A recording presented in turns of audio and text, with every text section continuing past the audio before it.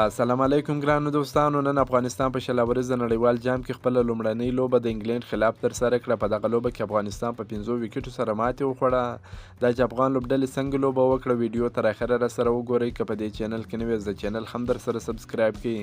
که په فیسبوک کې ګورئ په خپل نیوز در سره فالو کړئ.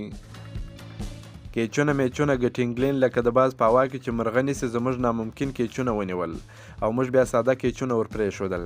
که زه هم محمد نبي د ډیویډ میلان ډېر ښکلی کیچ ونیوی، خو له لویه سره په دې لوبه کې ثابته سوه چې یوازې زموږ بالنګ د نړۍ د هرې لوبډلې سیال دی. د دومره لږ منډو لوبه مو هم 19 ورته ورسوله.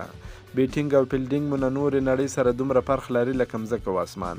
راشد خان نن ډېر ښه بالنګ ترسره کړي، 12 منډې یې ورکړلې، 1 ویکټ یې واخیسته.